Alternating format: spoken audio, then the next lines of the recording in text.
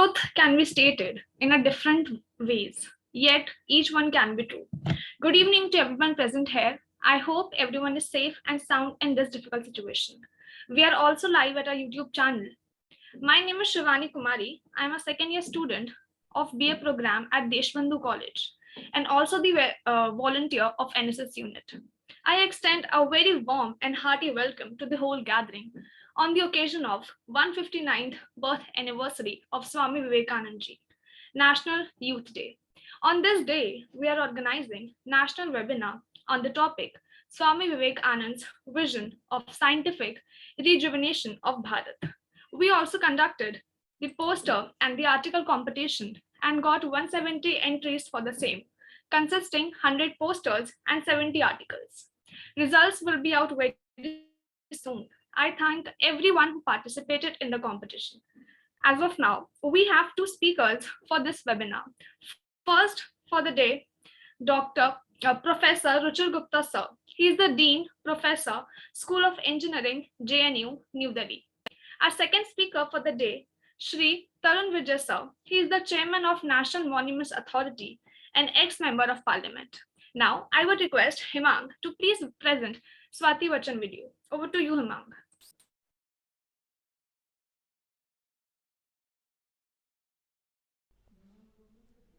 हरिः ओम स्वस्ति न इन्द्रो वृद्धश्रवाः स्वस्ति नः पूषा विश्ववेदाः स्वस्ति नस्तार्क्ष्यो अरिष्टनेमिः स्वस्ति नो बृहस्पतिर्दधातु पृच्छदश्वामरुतः पृश्निमात्तरः शुभं जावानो विदते जग्मयः अग्निजिह्वामनवः सूरचक्षसो विश्वेनो देवा अवसागमन्निः भद्रं कर्णेभिः शृणुयाम देवा भद्रं पश्येमाक्षभिर्यजत्राः स्थिरैरङ्गैस्तुष्टुवाङ्गुसस्तनूभिर्वशेमहि देवहितं यदायुः शतमिन्नो शरदो अन्तिदेवा यत्रा नश्चक्राजरसन्तनूनाम पुत्रासो यत्र पितरो भवन्ति मानो मध्यारिक्तार्युर्गन्तोः अदितिर्द्योरदितिरन्तरिक्षमदितिर्माता स पिता स पुत्रः अदितिर्जामदितिर्जनित्वम्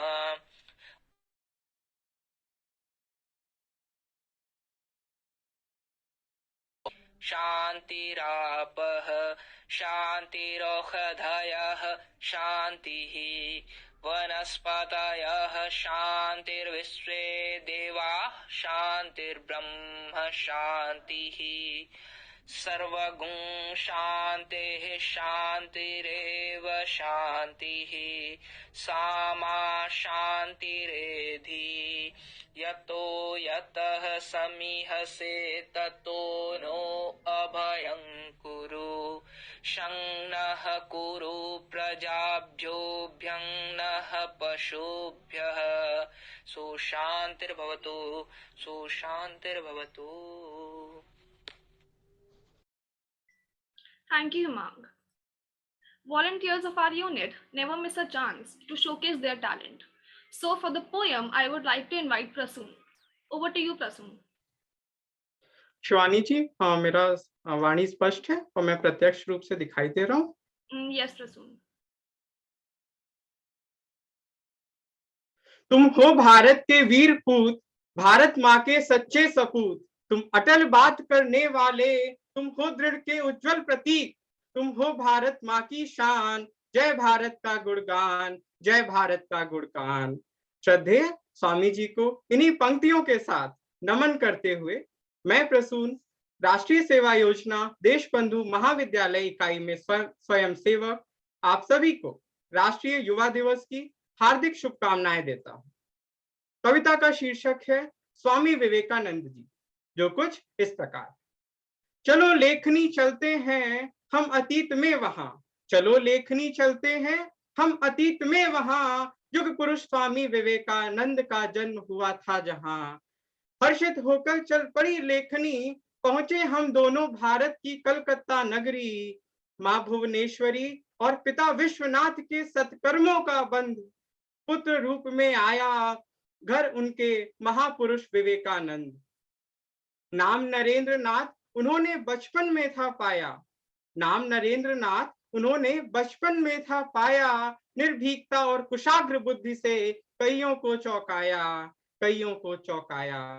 खुद भूखे रहकर भी जो आतिथ्य धर्म निभाते थे, वर्षा में खुद बाहर सोते, अतिथि को भीतर सुलाते थे। रामकृष्ण परमहंस को गुरु रूप में पाया, आत्म साक्षात कर सन्यासी जीवन अपनाया, आत्म साक्षात्कार कर सन्यासी जीवन अपनाया। दीन दुखी दरिद्र की सेवा को नारायण सेवा माना, कर्मयोगी मानवता प्रेमी ने सर्वोच्च सत्य को जाना, सर्वोच्च सत्य को जाना। ब्रह्मचर्य दया करुणा मानवता के मूर्त रूप, ब्रह्मचर्य दया करुणा मानवता के मूर्त रूप, अपनी अद्वितीय तर्क शक्ति से सबको जिसने किया मुग्ध। पराधीन भारत को भी गौरव के क्षण देने वाले, विश्व धर्म सभा में सबके अंतर मन को छूने वाले, अंतर मन को छूने वाले। अपने ओजस्वी वचनों से शक्ति का संचार किया, लक्ष्य प्राप्ति तक ना रुकने का युवाओं को संदेश दिया, युवाओं को संदेश दिया। स्वतंत्रता का शंखनाद कर जन जन में विश्वास जगाया, देशभक्त सन्यासी ने आत्म गौरव का भान कराया। भारतीय आध्यात्म से जिसने सारे जग को महकाया, जातीय और धार्मिक एकता का सबको पाठ पढ़ाया, सबको पाठ पढ़ाया। पुनर्जागरण के अग्रदूत संपूर्ण विश्व के जननायक, पुनर्जागरण के अग्रदूत संपूर्ण विश्व के जननायक, उनके पद चिन्हों पर चलना निश्चय होगा फलदायक, निश्चय होगा फलदायक। भारतीय संस्कृति के प्रहरी, वेदांत के प्रवर्तक, जिनके ज्ञान और दर्शन के सम्मुख विश्व हुआ नतमस्तक, विश्व हुआ नतमस्तक। साहित्य दर्शन और इतिहास के थे वे प्रकांड विद्वान, साहित्य दर्शन और इतिहास के थे वे प्रकांड विद्वान। बहुआयामी व्यक्तित्व के स्वामी को पहुंचे मेरा भी सम्मान, बहुआयामी व्यक्तित्व के स्वामी को पहुंचे मेरा भी सम्मान, मेरा भी सम्मान। धन्यवाद। Thank you so much, Prasoon, for such an amazing poem. Now I would like to invite a teacher coordinator of our unit, Dr. Abhishek Pratap sir, for the welcome note. Over to you, sir.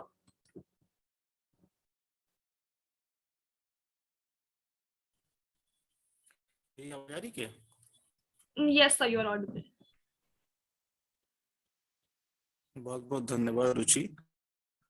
आदरणीय प्राचार्य महोदय doctor Rajiv Agarwal जी, हमारे NSS इकाई Deshbandhu doctor Ruby Mishra madam, आज के दो मुख्य professor Kapoor और जी जिनके साथ मेरा बहुत लंबा और पुराना अनुभव है।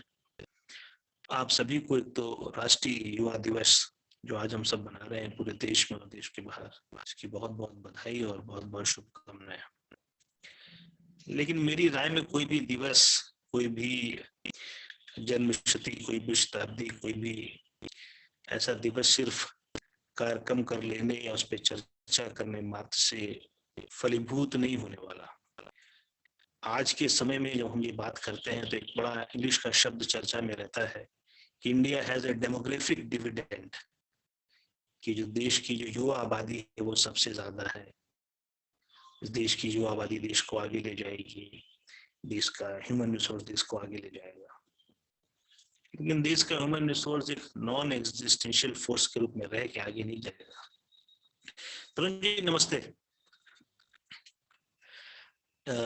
जरूरी है कि इस युवा आबादी को एक प्रेरणा स्रोत, एक दर्शन, एक दिशा, एक विचार मिले। आज से 100 साल पहले जब हम अंग्रेजों से लड़ाई लड़ रहे थे तो आपको पता है कि एक दिशा में राष्ट्रीय आंदोलन की लड़ाई कुछ राष्ट्र नायक लड़ रहे थे, नहीं, पर एक बड़ा वर्ग समाज सुधार की भी लड़ाई लड़ रहा था। स्वामी दयानंद, स्वामी विवेकानंद, उसमें ईश्वरचंद्र विद्यासागर, राजा राम मोहन। तो इन सब के बीच जो एक बड़ी समस्या राष्ट्रीय आंदोलन में उस समय आ रही थी वो थी कि यूथ पावर जो कश्मीर से कन्याकुमारी तक, उसको कैसे अवेकन किया जाए। क्योंकि अंग्रेजी व्यवस्था ने, ब्रिटिश शासन ने न सिर्फ देश पर एक राजनीतिक नियंत्रण प्राप्त कर लिया था, बल्कि एक वैचारिक नियंत्रण भी प्राप्त कर लिया था। ये बता करके हमसे पहले आपकी संस्कृति, हमसे पहले आपकी सभ्यता, ये हमसे पहले आपका कोई सामर्थ्य नहीं था। शिकागो में विश्व धर्म संसद में स्वामी जी का अभिवादन हो या उससे पहले पूरे भारत में जो उन्होंने बोला, जो बताया, जो लिखा, उसका संदेश यही था कि हे भारतवासियों, इस भारत भूमि पे जन्म लेकर आप सब धन्य हो और आपको अपने राष्ट्र की रक्षा, अपने राष्ट्र के सामर्थ्य के लिए संगठित होना पड़ेगा, इकट्ठा होना पड़ेगा और आगे बढ़ना होगा। और इस आगे की लड़ाई के लिए उन्होंने यूथ से अपील की थी। आज लगभग 100-125 साल बाद जब हम नव भारत के निर्माण की, न्यू इंडिया की निर्माण की लड़ाई लड़ रहे हैं, तो वही युवा हमें कहीं ना कहीं मिसगाइडेड, लेस कंस्ट्रक्टिव नजर आता है। तो ऐसे समय में जो स्वामी जी का जो दर्शन है, जो स्वामी विचार है, क्योंकि ग्रोथ हमें सिर्फ कोई रूटलेस नहीं चाहिए, हमारा डेवलपमेंट जो है वो कल्चरल लेस नहीं होना चाहिए, हमारी एजुकेशन जो है वो वैल्यू लेस नहीं होनी चाहिए।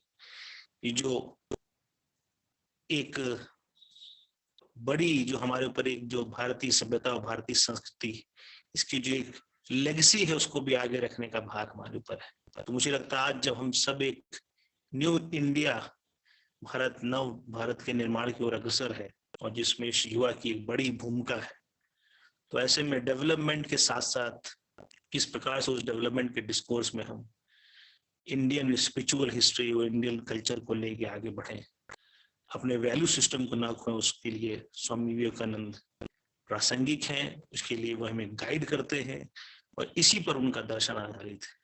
मैं उम्मीद करता हूँ कि मैं खुद भी अभी युवा ही अपने आप को मानता हूँ और बाकी और सब लोग जो छात्र हैं यहाँ पे वो भी यूथ ही हैं, कि वो अपने लक्ष्य और अपने उम्मीदों की इस लड़ाई में कहीं ना कहीं जो भारतीय संस्कृति है, जो spiritual awakening of the nation, for the nation, by the nation का जो स्वामी जी का विजन है, उसको लेके आगे बढ़ेंगे।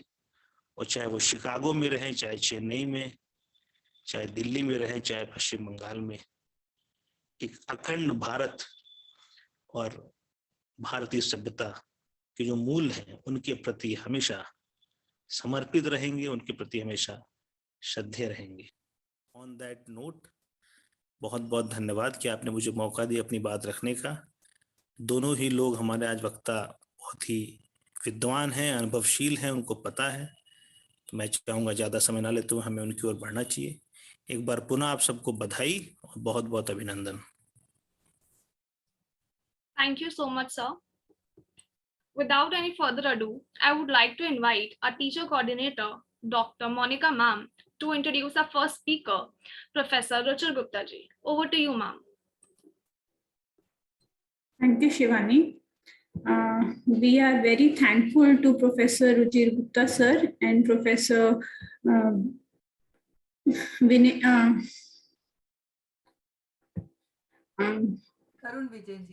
Tarun Vijay sir for taking out their time and for giving us this lecture on the and giving us this lecture on the this 159th birth anniversary of Swami Vivekanand ji, which we also celebrate as National Youth Day.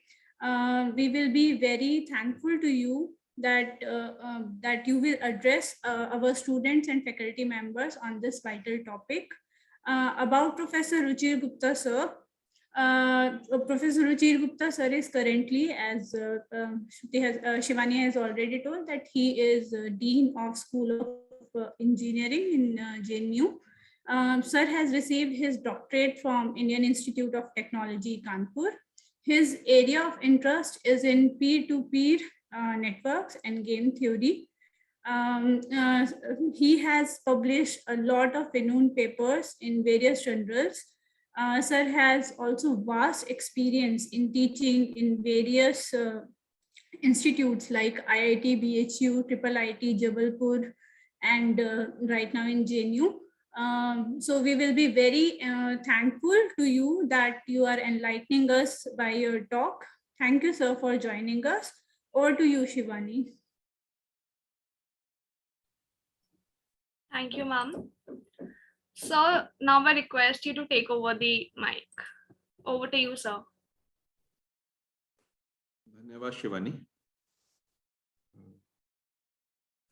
तरुण विजय जी, इस महाविद्यालय के प्राचार्य राजीव जी, NSS की कार्यक्रम अधिकारी Ruby जी, अभिषेक जी, मोनिका जी और जो भी शिक्षकगण हैं वो इस कार्यक्रम में उपस्थित हैं, वो सभी, और जिनके प्रेरणा के रूप में और जिनके दिवस के रूप में इस कार्यक्रम को हम मना रहे हैं, वो इस महाविद्यालय के छात्र, यूथ। वैसे तो स्वामी विवेकानंद जी के बारे में मेरी विशेषज्ञता नहीं है, और वो भी जब तरुण विजय जी साथ में यदि बोलने के लिए उपस्थित हों तो मुझे बोलना वास्तव में आप लोगों का समय नष्ट करना जैसा लगता है। लेकिन फिर भी क्योंकि आप लोगों का ऐसा निर्देश है, तो मुझे जो भी थोड़ा बहुत कुछ समझ में आता है वो मैं स्वामी जी के बारे में जितना मेरा थोड़ा बहुत अध्ययन है वो सब आपके सामने रखूंगा। स्वामी जी ये हम में से किसी के लिए भी नया नाम नहीं है, और खासकर युवा के लिए वो एक प्रेरणा, ऐसा हम बचपन से सुनते आ रहे हैं और इस बात को अनुभव करते आ रहे हैं। स्वामी जी की जीवनी लिखी प्रसिद्ध दार्शनिक लेखक रोमारोला ने। रोमारोला कभी इस देश में नहीं आए, भारत कभी नहीं आए। उन्होंने रविन्द्रनाथ ठाकुर जी से एक बार बातचीत में पूछा कि मैं भारत को जानना चाहता हूं, तो रविन्द्रनाथ ठाकुर जी ने कहा कि ठीक है, आप आइए और हमारे यहाँ रुकिए और भारत को देखिए। उन्होंने कहा अभी तो ये मेरे लिए संभव नहीं है, आप कोई और तरीका अगर बता सकते हैं, आप कहें तो मैं वेद पढ़ सकता हूँ, उपनिषद पढ़ सकता हूँ, लेकिन वो सब बहुत कठिन लगता है, उससे कुछ मुझे समझेगा कि नहीं पता नहीं। तो गुरुजी ने कहा, गुरुजी रविन्द्रनाथ ठाकुर जी ने कहा कि ठीक है, तो फिर आप ऐसा करिए कि स्वामी रामकृष्ण परमहंस, उनके जीवन का अध्ययन करेंगे तो वो भारतीय संस्कृति का घनीभूत रूप आपको उसमें ध्यान में आएगा। रोमारोला ने फिर कहा कि वो भी मुझे बहुत कठिन लगता है, कुछ ऐसा बताइए जिसको मैं आसानी से समझ सकता हूँ और जिसको आसानी से कर सकता हूँ। तो गुरुदेव रविन्द्रनाथ ठाकुर कहते हैं कि यदि उसको समझना है तो स्वामी विवेकानंद के जीवन को समझना चाहिए। तो यानी भारतीय संस्कृति को समझना है तो स्वामी रामकृष्ण परमहंस, और स्वामी रामकृष्ण परमहंस को समझना है तो स्वामी विवेकानंद। अब ये विषय उन्होंने कहा ऐसा जिसका अर्थ ये निकलता है कि भारतीय संस्कृति को समझना है तो स्वामी विवेकानंद को समझना पड़ेगा। इसको एक बार ठीक से समझने की आवश्यकता है। इस देश की संस्कृति, इस देश का धर्म, और यहाँ पर इस बात का ध्यान रखने की आवश्यकता है कि हम जिस धर्म की बात कर रहे हैं वो धर्म है, संप्रदाय नहीं है। तो इस देश का धर्म और स्वामी जी, इनका क्या संबंध है और कैसे ये उसके मैनिफेस्टेशन के रूप में सब जगह देखे जा सकते हैं। और अंततः ठीक से देखने जाएंगे तो ये बात भी ध्यान में आएगी कि धर्म और विज्ञान ये इस देश में विरोधी रूप से नहीं चलते। आगे इस बारे में हम लोग और भी बात करेंगे, इसलिए मैं इस बात को अभी यहीं आगे पूरी बात का निरीक्षण करना है, ये आप लोगों के साथ हम इसको यहाँ पर छोड़ रहा हूं, लेकिन इसका निरीक्षण हम पूरे बात में करेंगे और उसके बाद फिर इस पर चर्चा करेंगे। हम सभी के ध्यान में है कि सर्वधर्म संसद जो 11 सितंबर 1893 में शुरू हुई, उसमें स्वामी जी ने वक्तव्य दिए, 6 वक्तव्य दिए, और उसके एक बड़ी प्रसिद्धि और उसको लेके अमेरिका में उनका एक बड़ी स्वीकार्यता ये खड़ी हुई। उस कार्यक्रम में वो भारतीय तत्व ज्ञान के प्रतिनिधि के रूप में गए थे। यानी भारतीय तत्व ज्ञान क्या है वो ये सबको बताना, ये उस कार्यक्रम में जाने का उनका उद्देश्य था।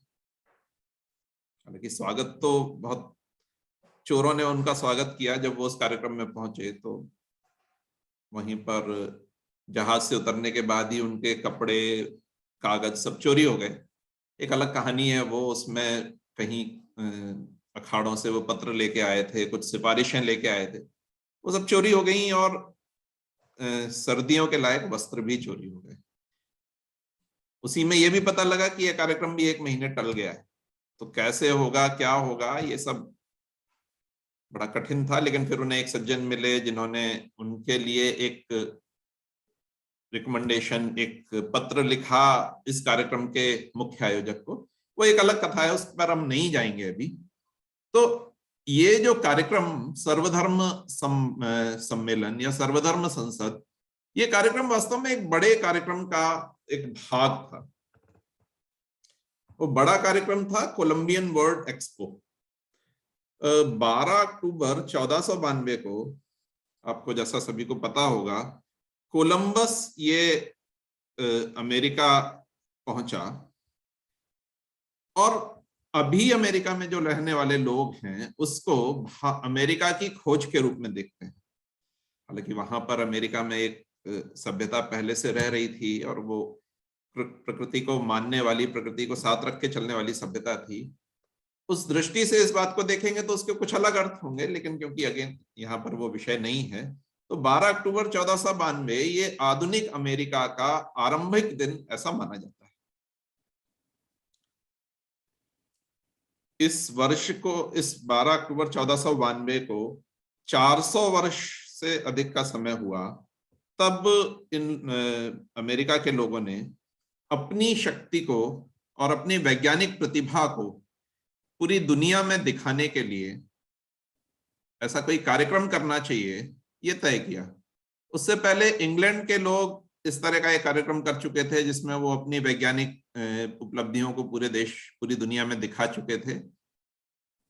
पेरिस में 1889 में एफिल टावर बना के फ्रांस के लोगों ने भी इस तरह का एक काम किया था। 1876 में अमेरिका के लोगों ने भी इस तरह के कार्यक्रम के आयोजन की कोशिश की थी फिलाडेल्फिया में, बहुत सफल नहीं हुआ। तो ये 1492 को और ये एक 400 वर्ष का लगभग समय पूर्ण हुआ, ये वर्ष आ गया। तो अमेरिका के लोगों ने तय किया कि हमको एक बड़ा कार्यक्रम आयोजित करना चाहिए जिसमें हम पूरे दुनिया को अपनी वैज्ञानिक क्षमताओं का, अपनी वैज्ञानिक प्रतिभाओं का, अपनी प्रकृति का प्रदर्शन कर सकें। पेरिस व्हील आप सबने सुना होगा, ये उसी समय सफलतापूर्वक स्थापित किया गया। और वॉर ऑफ करंट जो उस समय दुनिया में चल रहा था, यानी alternating current versus direct current का एक युद्ध यानी दोनों विचार में से कोई एक विचार स्थापित मुख्य रूप से होना था।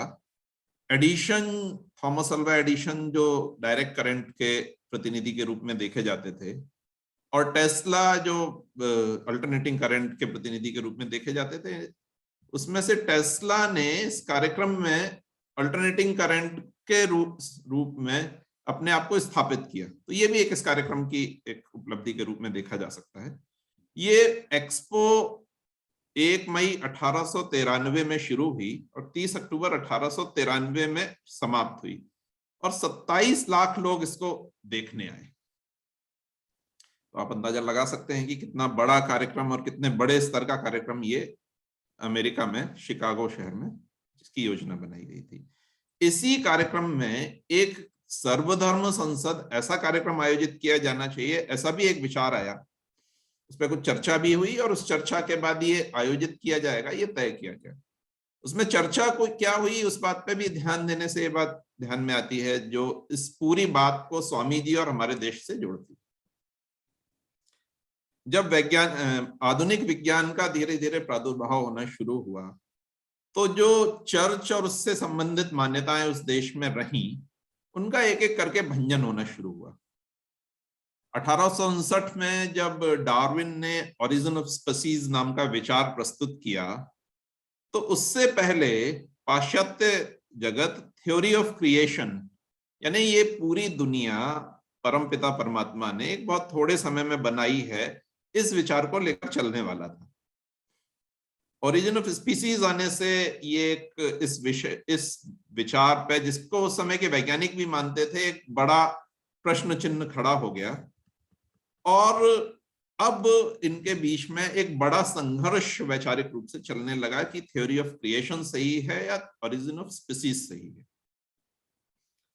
तो उस देश के लोग, पाश्चात्य जगत के लोग, ये विज्ञान और धर्म, और क्योंकि वहां पर धर्म शब्द ठीक नहीं है, तो विज्ञान और संप्रदाय, साइंस एंड रिलीजन, इसके अंतर विरोध में फंसे हुए थे, संभ्रम में थे कि किसको हमको प्रमुखता से मानना चाहिए। तो ऐसी अपेक्षा रही कि इस सर्वधर्म संभाव में, सर्वधर्म संसद में कुछ ऐसा विचार आ सकता है क्या जिससे विज्ञान और धर्म, इसको एक साथ लाया जा सकता है। स्वामी जी इस कार्यक्रम में गए, और इस कार्यक्रम में जाते वक्त और भी उनकी यात्रा में वो 3 दिन चीन में रुके, 12 दिन जापान में रुके, और फिर वो ओक्लाहोमा से वैंकूवर उनकी यात्रा हुई। उसमें एक महत्वपूर्ण व्यक्ति भी उनके साथ थे, उनके बारे में हम लोग बाद में चर्चा करेंगे। वो 12 दिन में जो उनके जापान में निरीक्षण था, जापान के लोगों के बारे में, उसको भी मैं 1 मिनट में आप लोगों के साथ साझा करना चाहूंगा। उनका निरीक्षण ऐसा था कि जापान के युवा अपने देश का विकास आधुनिक विज्ञान के आधार पर करना चाहते हैं, और आधुनिक विज्ञान के आधार पर पाश्चात्य जगत से ज्यादा अच्छी तरह से करना चाहते हैं। और इसके साथ साथ उनका ये भी आग्रह हमारे युवा से था, और वो आग्रह महत्वपूर्ण है कि हमको इस तरह की बात को समझकर जापान के युवा से प्रेरणा लेनी चाहिए और अपने देश को आधुनिक विज्ञान में यथासंभव आगे ले जाने का प्रयास करना चाहिए। स्वामी जी वहां पहुंचे, उनका सामान चोरी हो गया, फिर वो कुछ लोगों के साथ मिले जुले, फिर उनका एक पहला व्याख्यान हुआ, 4 मिनट का पहला व्याख्यान था, और उसके बाद 11 सितंबर से 27 सितंबर के बीच में उनके 6 व्याख्यान हुए। उसमें तीसरा सबसे प्रमुख व्याख्यान उनका, जिसको पेपर ऑन हिंदुइज्म कहा जाता है, वो 19 सितंबर 1893 में हुआ। वो जो पेपर इन हिंदुइज्म है उसमें और उस बाकी 6 व्याख्यानों में उन्होंने अपने देश के तत्व ज्ञान को विज्ञान के आधार पर कैसे प्रस्तुत किया जा सकता है उस तरह से प्रस्तुत किया।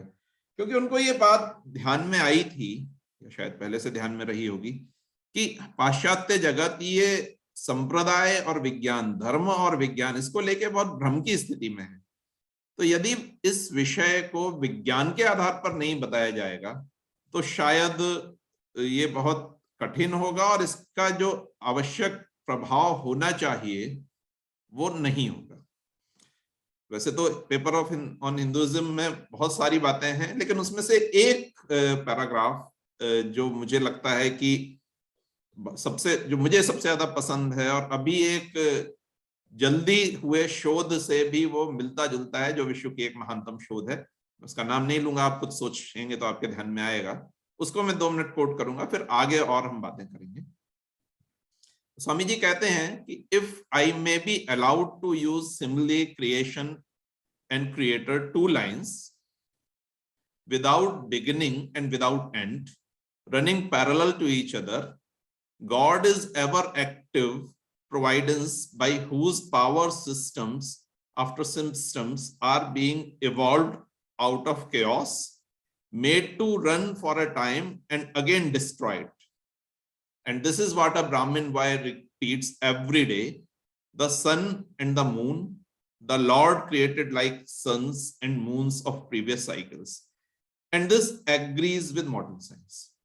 तो ये इस बात को स्वामी जी कहते हैं, अगर आप इस बात को ठीक से सुनेंगे तो आपको ध्यान में आएगा कि एक बड़ी प्रमुखतम शोध इस सदी की, और वो इस बात को शायद सिद्ध करती है, ये बात आपके ध्यान में आएगी।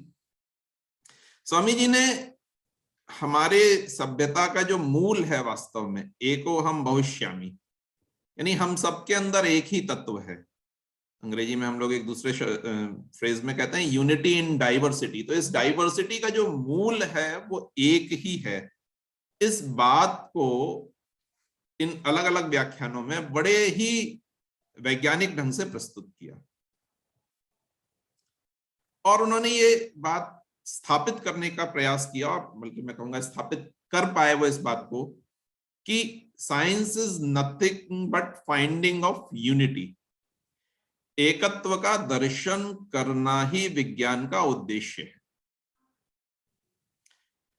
वो यहां तक नहीं रुकते, आगे भी वो कहते हैं फिजिक्स में come to an end where all energies are manifestation of one energy. यानी भौतिकी विज्ञान में जो सारा अध्ययन है वो एक उस ऊर्जा के प्राप्ति तक का है जहां पर बाकी सारी ऊर्जाएं उस ऊर्जा के रूप में देखी जा सके।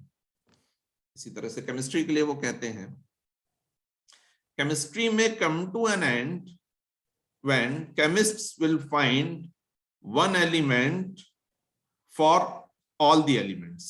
यानी एक तत्व से यदि सारे तत्व बन सकते हैं, ऐसा तत्व मिलेगा, वहां तक केमिस्ट्री को जाना है। तो विज्ञान को जिस रास्ते पर आगे जाना है, और ये बात हमेशा हमको ध्यान में रखनी चाहिए कि अगर हम धर्म की बात करें, हमारे देश के तत्व की बात करें और उसके साथ विज्ञान की बात करें, तो विज्ञान ये अभी मार्ग में है और इस देश का धर्म, इस देश का तत्व एक स्थिति को पहुंचा हुआ है। तो एको हम बहुश्यामी, इस पे जब विज्ञान पहुंचेगा, और अब हम देखते हैं कि ये बातें अब इस दुनिया के वैज्ञानिक इस बात को करने लगे हैं। आइंस्टाइन ने ग्रैंड यूनिफाइड थ्योरी दी, हम सभी को पता है। और अभी कुछ दिन पहले जिनका शरीर शांत हुआ, ऐसे एक महान वैज्ञानिक स्टीफन हॉकिंस, उनकी भी अगर थ्योरी को पढ़ें तो वो थ्योरी ऑफ एवरीथिंग की बात करते ही हैं। तो स्वामी जी ने इस बात को, एको हम बहुश्यामी, यूनिटी इन डाइवर्सिटी, इस बात को बहुत अच्छी तरह से प्रस्तुत किया और उन्होंने इस बात को लोगों को बताया कि विज्ञान ये जिस स्थान पर है, उससे जहां पर ये पहुंचने वाला है, ये वही स्थान है जहां पर धर्म है। तो धर्म और विज्ञान, इसमें क्या इनका मार्ग, कैसे ये मिलने वाले हैं, इस बात को स्वामी जी ने बहुत अच्छी तरह से लोगों के सामने रखा। इस सारे कार्यक्रम के अलावा उनके और भी वहां अन्य शहरों में भी वक्तव्य हुए। तो एक वक्तव्य में उनसे पूछा गया कि आप क्या केमिस्ट्री के किताबों के नाम बता सकते हैं? तो उन्होंने एक लंबी सूची बताई केमिस्ट्री के नामों की। उनसे फिर पूछा गया कि आप एस्ट्रोनॉमी, खगोल विज्ञान, इसके किताबों के नाम बता सकते हैं क्या? डेट्रॉइट में ये हुई घटना। तो उन्होंने उसकी भी एक लंबी सूची बताई। इस बात को लिखने वाली महिला, एक अमेरिकी महिला, ये लिखती है कि ये कोई अमेरिका का व्यक्ति बताता है तो ये बात मुझे सामान्य लगती है, लेकिन सुदूर पूर्व से आया हुआ एक भारतीय सन्यासी ये इन सारी किताबों के बारे में बता सकता है, सारे ज्ञान की चर्चा कर सकता है, ये बात वास्तव में विलक्षण, मुझे ऐसा लगता है, ये वो महिला लिखती है। इसी तरह से एक ईथर की कल्पना एक समय में आई थी, जिसकी काफी सारी बात होती थी दुनिया के विज्ञान जगत में। माइकलसन एंड मोरले, ये दो वैज्ञानिक हुए जिन्होंने एक 1881 से 1886 ऐसा 5 वर्ष तक लंबा चलने वाला प्रयोग किया और उसके आधार पर यह सिद्ध किया कि ईथर, इसका होना संभव नहीं है, इस ईथर का अस्तित्व असंभव है। स्वामी जी ने 1895 में अपने जिसको कहना चाहिए अपनी एनालिटिकल, अपने विचार को ठीक से प्रस्तुत करके इस बात को स्थापित किया। तो इस बात को, यानी ईथर की का अस्तित्व संभव नहीं है, ये स्वामी जी अपने पत्र के द्वारा, अपने लिखे हुए पत्र के द्वारा स्थापित कर पाते हैं। 1896 में हार्वर्ड में स्वामी जी को आमंत्रित किया गया वैदिक कॉस्मोलॉजी पर वक्तव्य देने के लिए, यानी वेदों में क्या विज्ञान से संबंधित है इसके बारे में बताने के लिए उनको बुलाया गया। उन्होंने इस बात को बड़े ही ढंग से रखा और उस बात को अगर एक पंक्ति में कहा जाए तो उन्होंने निकोले टेस्ला को एक पत्र में वो बात लिखी। वो लिखते हैं कि force and matter can be reduced to potential energy, यानी बल और तत्व, इसको पोटेंशियल एनर्जी में बदला जा सकता है। और इस बात को वो सांख्य दर्शन के तत्व ज्ञान के आधार पर कहते हैं। तो जब ये निकोले टेस्ला के कान तक ये बात पहुंची तो निकोले टेस्ला का भी मिलना स्वामी जी से हुआ, और स्वामी जी ने कहा कि ये निकोले टेस्ला ने कहा कि वो इस बात को मैथमेटिकली प्रूव कर सकते हैं। स्वामी जी इस बात को सुन के बहुत प्रसन्न हुए। उन्हें लगा कि उनके देश का जो तत्व ज्ञान है वो वैज्ञानिक आधार पर स्थापित हो सकता है, इससे अच्छी तो कोई बात हो नहीं सकती। और ये तय हुआ कि एक सप्ताह बाद टेस्ला स्वामी जी से मिलेंगे और इसका एक गणितीय प्रूफ ये देंगे।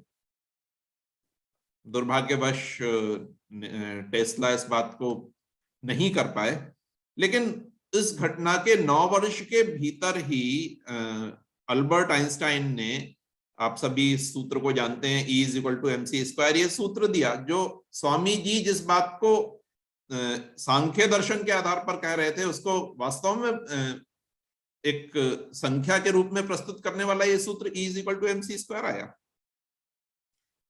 इन सारी बातों के आधार पर फिर कई बार कई लोग ये भी कहते हैं कि स्वामी जी ये एक इंट्यूटिव साइंटिस्ट थे, और उसी क्रम में फिर और भी आगे बात होती है। तो डार्विन, उसके बारे में भी स्वामी जी का एक विचार आता है। तो स्वामी जी कहते हैं कि डार्विन ने जो सारी बात की वो मनुष्येतर प्रकृति की है, जिसमें उनमें ओरिजिन ऑफ स्पीसीज की बात की है। हमारे देश में पतंजलि ऐसे ऋषि हुए हैं जिन्होंने मनुष्य के जो आध्यात्मिक चिंतन है उसके बारे में, कैसे उसका पूरा विचार होना चाहिए, उसके बारे में बातचीत की है। और हम सब जानते हैं कि आज के समय में अब स्पिरिचुअलिटी, आध्यात्म, ये भी एक चिकित्सा पद्धति के रूप में वैज्ञानिकों के द्वारा देखे जाने लगे। जैसे मैंने पहले कहा कि स्वामी जी ने जब ओक्लाहोमा से वैंकूवर तक की यात्रा की तो उनके साथ एक कोई ऐसा व्यक्तित्व था जो इस देश में बड़ा महत्वपूर्ण था और बड़ा महत्वपूर्ण कार्य करने वाला था। तो वो महत्वपूर्ण व्यक्तित्व थे Jamshedji Tata.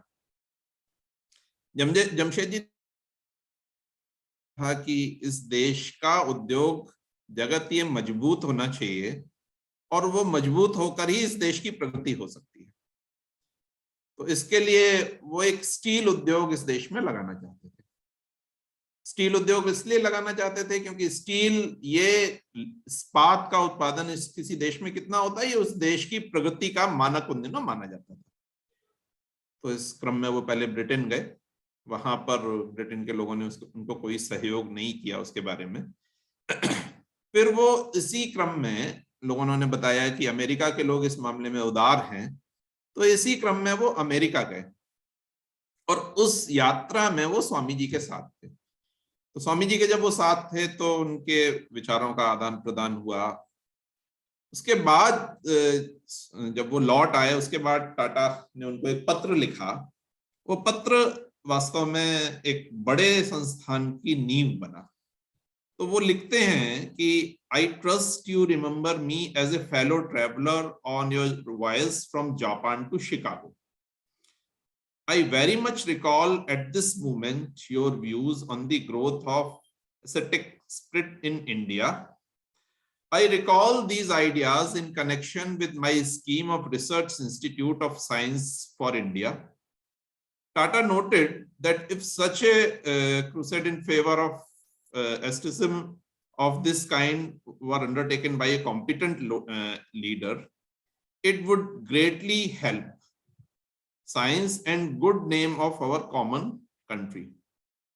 And I know not who would make a more general thing of such a campaign than Vivekananda.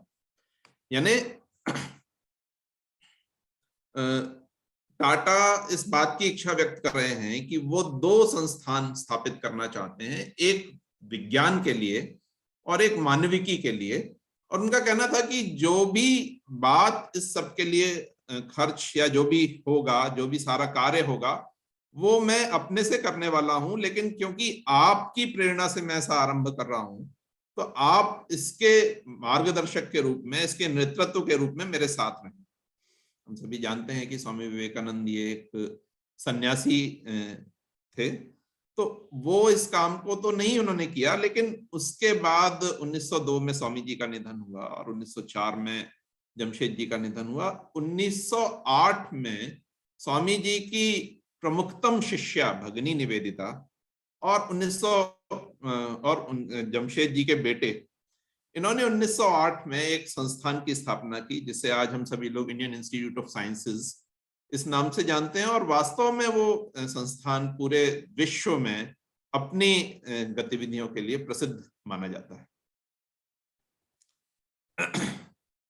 Swami ji का जो जगदीश चंद्र बसु के साथ एक वो रहा, मिलना जुलना रहा, वो भी अपने आप में एक बहुत महत्वपूर्ण विषय है। उन्होंने उनको प्रेरणा दी भिन्न भिन्न प्रकार के कार्यों को करने के लिए।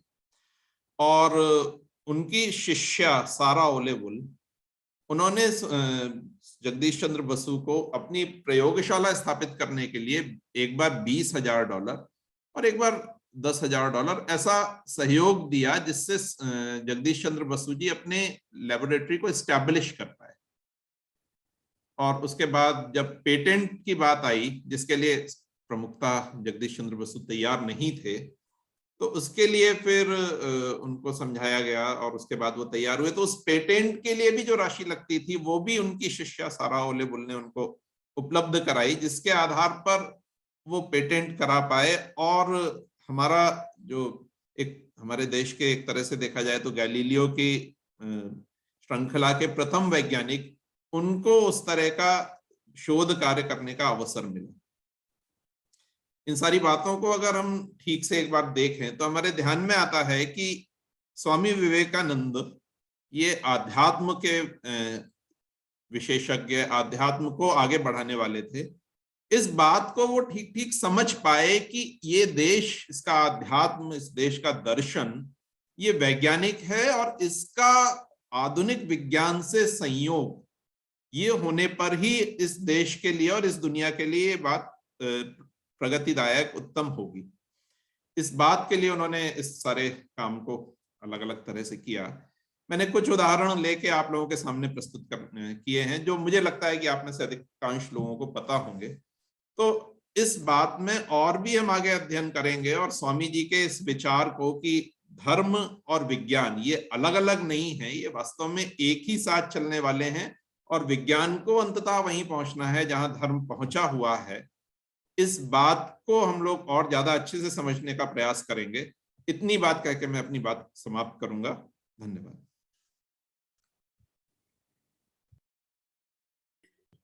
Thank you so much, sir, for such an enlightening and informative talk. There was so much to learn and explore. We are grateful for the time and effort you took to share your thoughts and experience. This is a token of appreciation from our side, and we will mail you the same on your email ID. We hope that situation gets better and we have an offline session with you in our college. Moving forward, I would like to invite our teacher coordinator, Mr. Ashutosh Kumar sir, to introduce our second speaker, Shri Tarun Vijay sir. Over to you.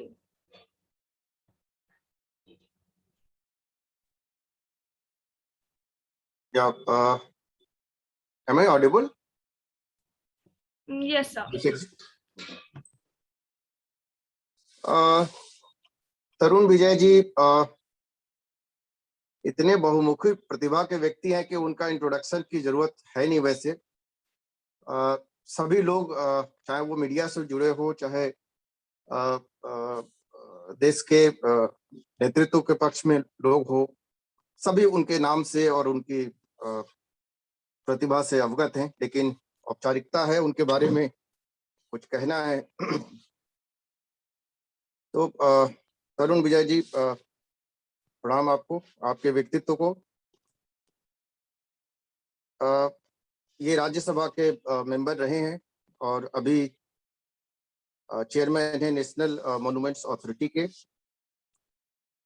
Activist भी रहे हैं, बहुत सारे मुद्दों पर इन्होंने जमीन पर बहुत सारी एक्टिविटीज इन्होंने की है। दलितों के अधिकार के लिए भी इन्होंने बहुत कुछ काम किया है।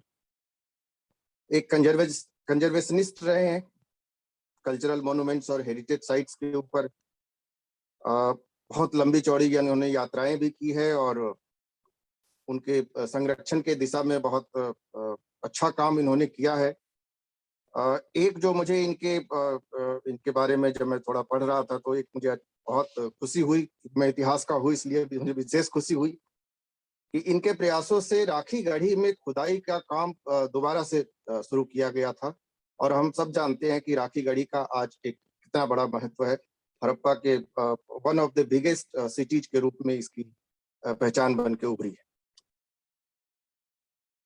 आप सर फाउंडर डायरेक्टर हैं doctor Shyama Prasad Mukherjee research foundation के। और सबसे बड़ी बात जो मुझे बहुत अपील की इनकी, जो सबको और हमारे विद्यार्थियों को भी बहुत ज्यादा अपील करेगी ये बात, ये बहुत ही सूक्ष्म ऑब्जर्वर है इनके और एक वर्सेटाइल राइटर हैं। उन्होंने बहुत सारी किताबें सोशल इशूज पे, कल्चरल इशूज पे, पॉलिटिकल इशूज पे, सारी इशूज पे इन्होंने बेबाकी से अपनी बात रखी है। कुछ किताबों का मैं नाम स्पेशली लेना चाहूंगा। सैफरन सर्ज है, एन ओडिसी इन तिब्बत है, समय का सच है, युद्ध अभी बाकी है, भारत नियति और संघर्ष है, कारगिल कथा है। इनकी लिस्ट बहुत लंबी है। इनकी किताबों का कई भाषाओं में ट्रांसलेशन भी हुआ है, विदेश में भी कई भाषाओं में इनके पुस्तकों का ट्रांसलेशन हुआ है। और इन्हीं शब्दों के साथ, चूंकि हम खुद इनको सुनना चाहते हैं, इनके बारे में सुना तो बहुत था, पर आज प्रत्यक्ष रूप से सुनने का मौका मिल रहा है। सर आपका स्वागत है सर। बहुत बहुत प्रणाम आप सबको, रूबी जी, सर, सभी विद्यार्थीगण। मेरा सौभाग्य है कि आज देशबंधु गुप्ता के कॉलेज के महत्वपूर्ण देशबंधु कॉलेज के महत्वपूर्ण हम अध्यापकों और छात्रों के साथ अपने विचार साझा कर रहे हैं। विषय है विज्ञान और स्वामी विवेकानंद। मैं समझता हूँ दो शब्दों में विवेकानंद और विज्ञान दोनों को मैं समाहित कर सकता हूँ, वह है साहस और सत्य।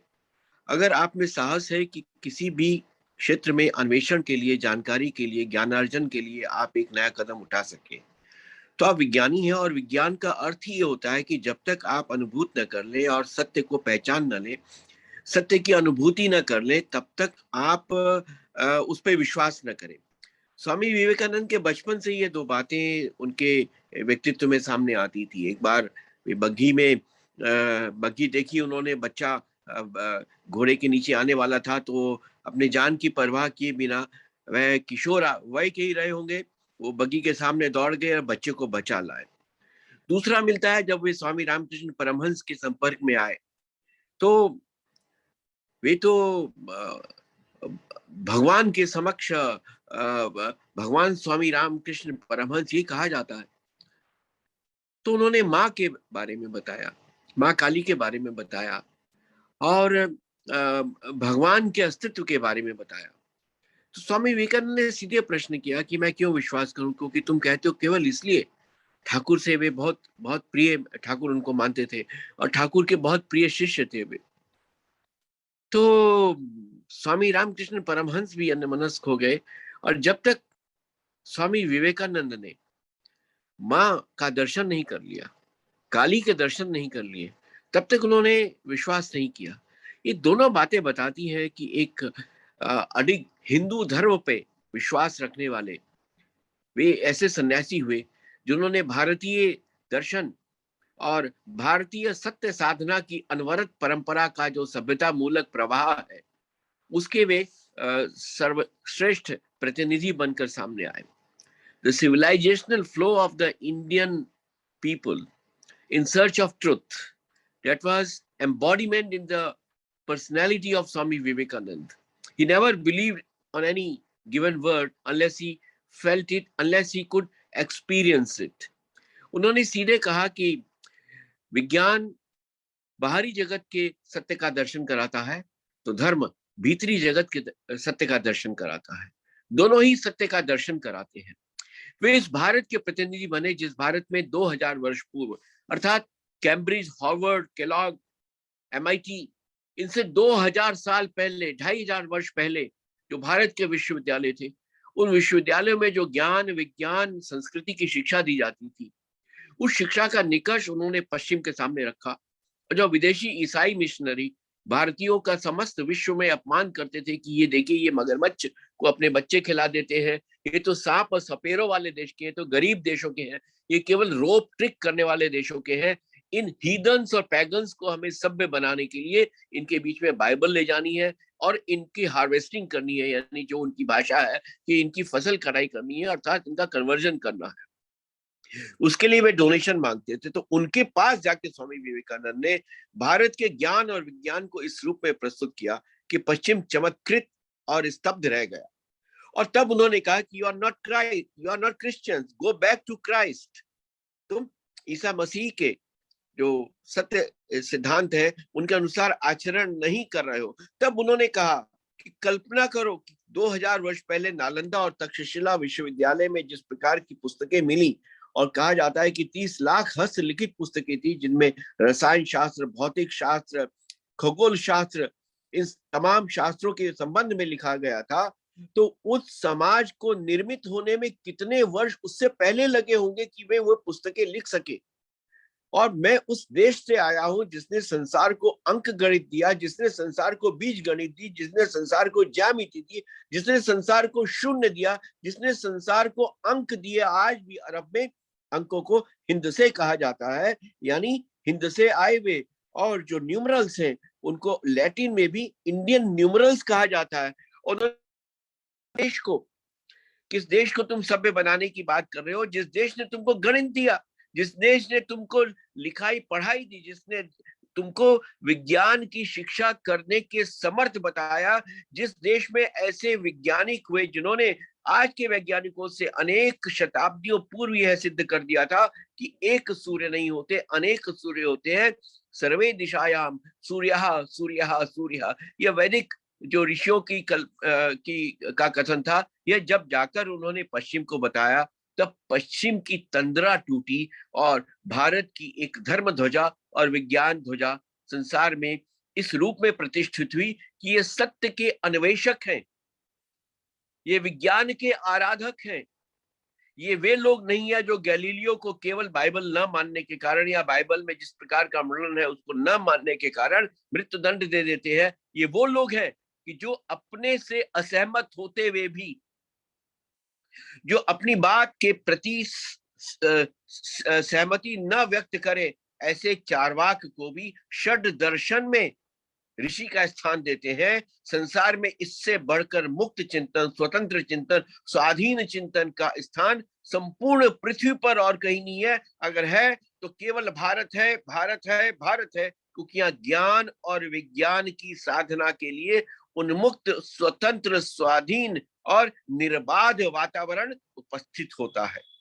यह जो स्वतंत्रता है, यह जो मुक्तता है, यह विवेकानंद के जीवन की एक सबसे बड़ी पहचान थी। और यही कारण रहा कि उनके जीवन में अनेक बड़े वैज्ञानिक भी आए। अब जिन दिनों ये सेकेंड वेव चल रही थी कोविड की, तो उन दिनों हाइड्रोक्सी क्लोरीन का जिक्र हुआ था, और दवा को बनाने वाले जो भारत में कंपनी थी उसके संस्थापक थे आचार्य प्रफुल्ल चंद्र सेन। अब आचार्य प्रफुल्ल चंद्र सेन अपने समय के बड़े माने हुए रसायन शास्त्री और वैज्ञानिक रहे हैं। वे स्वामी विवेकानंद के भक्त थे। स्वामी विवेकानंद के कथन के अनुसार ही उन्होंने अपनी मेडिसिन की इंडस्ट्री उन्होंने शुरू की थी। मैं उत्तराखंड से आता हूँ। उत्तराखंड में विवेकानंद कृषि विज्ञान केंद्र है। अब कृषि विज्ञान केंद्र का विवेकानंद के नाम से क्या संबंध हो सकता है? लेकिन विवेकानंद का अंतस, उनका मानस पूरी तरह से विज्ञान सम्मत सिद्धांतों पर ही विश्वास रखने वाला था, और इसीलिए उन्होंने अपने समय में अनेक अपने मित्रों से कह के कृषि के क्षेत्र में भारत को आत्मनिर्भर बनाने के लिए कृषि क्षेत्र में अनुसंधान और शोध के केंद्र स्थापित किए। जो यह केंद्र था यह बोशी सेन नामक वैज्ञानिक ने 4 जुलाई 1924 को कोलकाता में स्थापित किया था, पर उनकी प्रेरणा स्वामी विवेकानंद थे और उनके जीवन कथा में भी आता है। इसीलिए जब 1924 में कोलकाता में उन्होंने कृषि अनुसंधान केंद्र स्थापित किया तो उसका नाम विवेकानंद कृषि अनुसंधान केंद्र रखा। और 1936 में अल्मोड़ा से स्वामी विवेकानंद का बहुत गहरा संबंध रहा है। सिस्टर निवेदिता का नामकरण भी तो सिस्टर नोबल, मार्गरेट नोबल कही जाती थी, तो उनका उन्होंने दीक्षा दी स्वामी विवेकानंद ने अल्मोड़ा में, और अल्मोड़ा में ही मार्गरेट नोबल को उन्होंने भगिनी निवेदिता का नाम दिया। तो अल्मोड़ा में आज भी स्वामी विवेकानंद जिस कक्ष में रहते थे, जिस कुर्सी और टेबल पे बैठ के काम करते थे, वे सब वहां पे सुरक्षित रखे हुए हैं।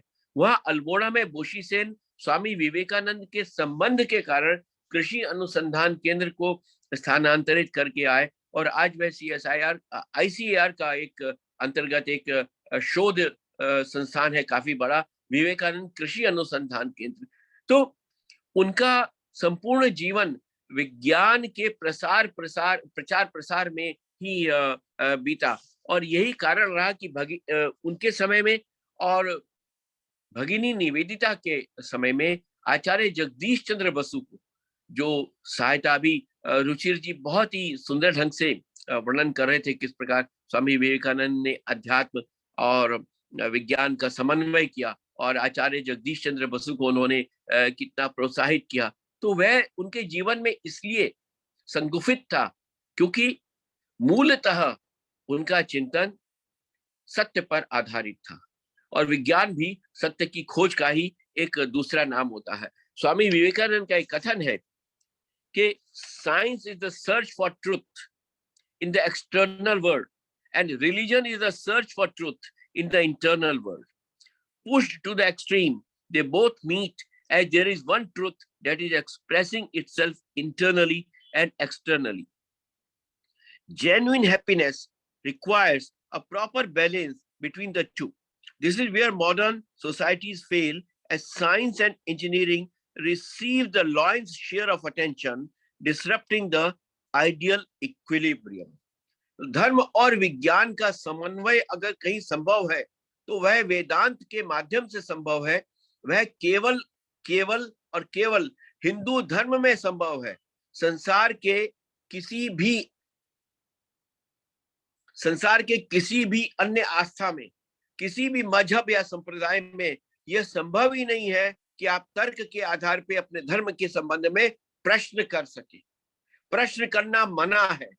प्रश्न करने की यदि अनुमति किसी भी धर्म में है तो केवल हिंदू धर्म में है। इसीलिए स्वामी विवेकानंद ने कहा था, गर्व से कहो हम हिंदू हैं। ये स्वामी विवेकानंद का वाक्य है। और अभी कुछ दिन पहले हमने गुरु गोविंद सिंह जी की जयंती मनाई, गुरु पर्व मनाया। स्वामी विवेकानंद ने कहा था कि केवल और केवल तब तुम अपने आप को हिंदू कहने योग्य हो जब तुम अपने जीवन का आदर्श गुरु गोविंद सिंह को मानो।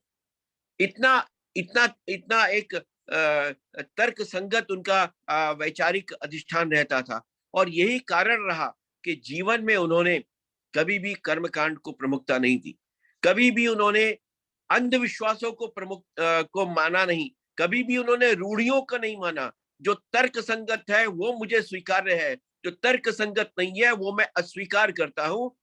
आमी विद्रोही चिर अशांत। जो विद्रोही है, जो लीक से हटकर चलने का साहस करता है, जो साहस करता है कि सत्य की खोज के लिए पुल पर खड़े होकर मध्य धारा में नदी के कूदने का एक हिम्मत दिखा सके, वही सन्यासी बन सकता है, वही वैज्ञानिक बन सकता है, वही अन्वेषक बन सकता है, वही धर्मानुरागी बन सकता है। यही कारण रहा कि अमेरिका से लौटकर जब वे केरल आए, और केरल में जब उन्होंने देखा कि वहां तो अपार छुआछूत है, इतना अधिक दलितों पर अत्याचार होता है, इतना अधिक अस्पृश्यता है कि उनको मार्ग में चलने की इजाजत नहीं होती, वे रास्तों पे दूसरों के साथ नहीं चल सकते, तो उनकी भुजाएं फड़क उठी। वे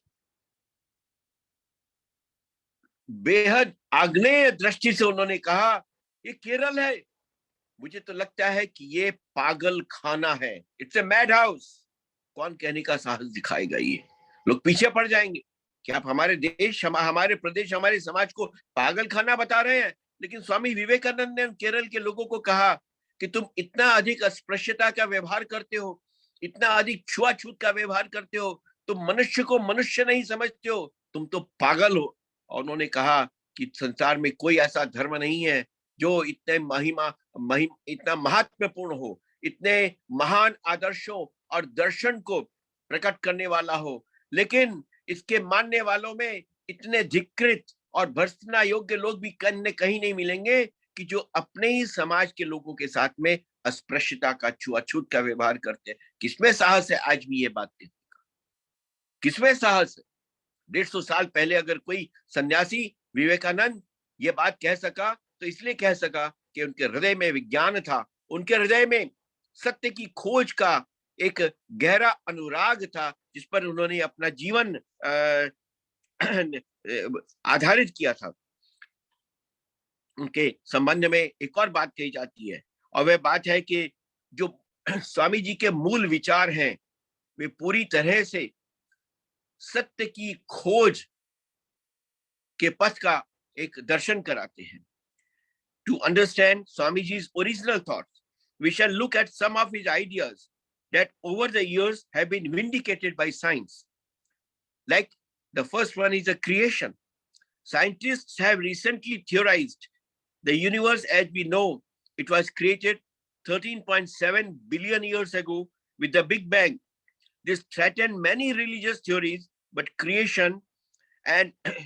Vedanta stood its ground. As Swamiji said, I quote, "We know that in our books, a clear distinction is made between two sets of truths. The one set is that which abides forever, being built upon the nature of man, the nature of the soul, the soul's relation to God, the nature of God, perfection, and so on. There are also the principles of cosmology, of the infinitude of creation, or more correctly speaking, projection, the wonderful law of cyclic procession, and so on. These are the eternal principles founded upon the universal laws in nature." ये उनके जो complete works of Swami Vivekananda के 3rd volume में 111 page से उद्धृत किया गया है। सीधी सी बात है, अगर युवा है और वह साहसी नहीं है तो वह बूढ़ा है। अगर युवा में सत्य के अन्वेषण करने के लिए विद्रोह करने का साहस नहीं है तो वह युवा नहीं है, वह बूढ़ा हो गया है और वह अशक्य है, अशक्त है, वह युवा कहलाने योग्य नहीं है। युवा होने का ही अर्थ है कि वे अपने समय से विद्रोह करें, वह समय की लीक को बदल दे, वे अपना रास्ता स्वयं चुने, वह लीक पर लकीर का फकीर बनने के बजाय अपने समय के अनुकूल सत्य का दर्शन करके एक नया रास्ता निर्मित करे, तभी वह युवा कहलाने योग्य है। आप कल्पना करिए 150 वर्ष पूर्व कौन बात करता होगा स्त्री स्वातंत्र्य की, कौन बात करता होगा साक्षरता की, कौन बात करता होगा स्वातंत्र्य की, कौन बात करता होगा कि अपने देश में जिस प्रकार के ईसाई मिशनरी हर प्रकार का ढोंग पाखंड और पैसा लेकर, डॉलर लेकर, पाउंड लेकर आते थे और यहाँ का लोगों का धर्मांतरण करते थे, उनके सामने सत्य की शक्ति लेकर स्वामी विवेकानंद उनके देशों में गए और उनको परास्त किया, तर्क के आधार पे, तलवार या बम गोलों के आधार पे नहीं। उन्होंने तर्क के आधार पे, सत्य के आधार पे, अपने चरित्र की शक्ति, अपने विद्या की शक्ति, अपनी करुणा की शक्ति के आधार पे झूठ बोलने वालों को परास्त किया और सत्य की धर्म ध्वजा उन्होंने लहराई। यही स्वामी विवेकानंद की विज्ञान सम्मत दृष्टि, विज्ञान सम्मत जीवन और विज्ञान पर आधारित धर्म के प्रतिपादन का एक प्रमाण है। जो धर्म विज्ञान की कसौटी पर खरा ना उतरे, वह कैसे आपको हृदय में ईश्वर की अनुभूति करा सकता है। स्वामी विवेकानंद ये कहते थे। सत्य धर्माय दृष्टये, ये ईशोपनिषद का वाक्य है। धर्म वो है जो सत्य की दृष्टि से आपको दर्शन कराए। जो भी आस्था है, जो भी मान्यताएं हैं, वह विज्ञान की दृष्टि से सत्य सिद्ध होनी ही चाहिए, वरना वह धर्म जैसे अभी प्रोफेसर रुचिर गुप्ता जी भी कह रहे थे और माननीय प्राध्यापक जी भी कह रहे थे कि धर्म का अर्थ यह नहीं होता है कि संप्रदाय या मजहब या आस्था। धर्म का अर्थ है राइटियसनेस, धर्म का अर्थ है कर्तव्य, धर्म का अर्थ है सदाचरण, धर्म का अर्थ है जीवन पद्धति, धर्म का अर्थ है एक संपूर्ण सांसारिक दृष्टि, द वर्ल्ड व्यू। वह धर्म स्वामी विवेकानंद लेकर चलते थे और उसे उन्होंने वेदांत के रूप में, हिंदू धर्म के रूप में प्रतिपादित किया। और एक अकेले वे सन्यासी थे जिन्होंने उस समय, जबकि भारत परतंत्र था, उन्होंने संपूर्ण देश में स्वातंत्र की अलग जगाई। भारतीय स्वदेशी का आधार उन्होंने बनाया। भारत में शोध अनुसंधान भारतीयों के माध्यम से भारतीयों के हित के लिए होना चाहिए। हमें परमुखापेक्षी नहीं होना चाहिए, हमें दूसरों पर आधारित नहीं होना चाहिए।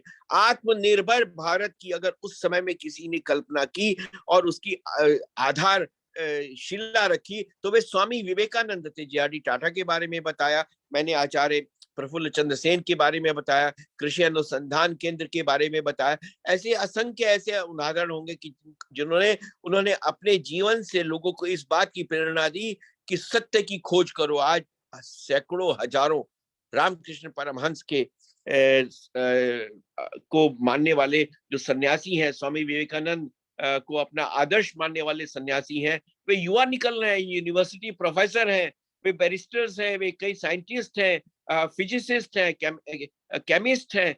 उन सबको एक बात ध्यान में आती है कि स्वामी विवेकानंद ने विज्ञान सम्मत धर्म की कल्पना हमारे सामने रखी। और इसीलिए ऐसे सैकड़ों हजारों लोग, आज आप बेलूर मठ से लेके देहरादून और अन्य क्षेत्रों में रामकृष्ण मिशन आप दिल्ली में जाके दे सकते हैं, युवा सन्यासी बनते हैं, परिव्राजक बनते हैं। स्वामी विवेकानंद के आदर्श पे वे काशाय वस्त्र धारण करके समाज की सेवा के लिए लगते हैं, क्योंकि स्वामी विवेकानंद का विज्ञान सम्मत धर्म ये कहता था, आत्मनो मोक्षार्थ जगत हिताय च। गुफा में बैठकर हिमालय की खंडराओं में जाकर तपस्या करना ये मेरा धर्म नहीं है। आत्मनो मोक्षार्थ जगत हिताय च, मेरा मोक्ष क्या है? जगत का हित। पर दुख कातर जो भी व्यक्ति है उसका हित करना ही मेरा यह धर्म बनता है। स्वामी रामकृष्ण परमहंस कहते थे, शिबेर सेवा जिबेर सेवा शिबेर सेवा, यानी जीव की सेवा करना, मनुष्य की सेवा करना ही शिव की सेवा करने के समान है। इससे बढ़कर विज्ञान सम्मत बात और क्या हो सकती है? जो प्रत्येक हृदय में ईश्वर का दर्शन करे, जो मनुष्य में ईश्वर का दर्शन करे, जो मनुष्य की सेवा करने को धर्म का पर्याय मान ले, जो ये मान ले कि मेरे जीवन का उद्देश्य केवल मनुष्य की सेवा करना है, वही विज्ञान सम्मत धर्म है और वही संसार के विकास के लिए एक दृष्टि दे सकता है। अमेरिका के पास वह दृष्टि नहीं थी, इसलिए उसने हिरोशिमा पे बम गिराया। जो लोग भारत के वेदांत का उपहास उड़ाते हैं और भारत में आके कन्वर्जन करते हैं, संसार में सबसे ज्यादा नरसंहार उस मत को मानने वालों ने किए। वियतनाम किसने किया? इराक किसने किया? कुवैत किसने किया? संपूर्ण मध्य पूर्व में कौन बम के विस्फोट कर रहा है? वे लोग कर रहे हैं जो हमें सिखाते हैं धर्म क्या है, जो हमें सिखाते हैं कि वे यह सभ्यता करने के लिए आते हैं। अरे तुम मूर्ख हो। स्वामी विवेकानंद कहते थे कि you are the foolish people.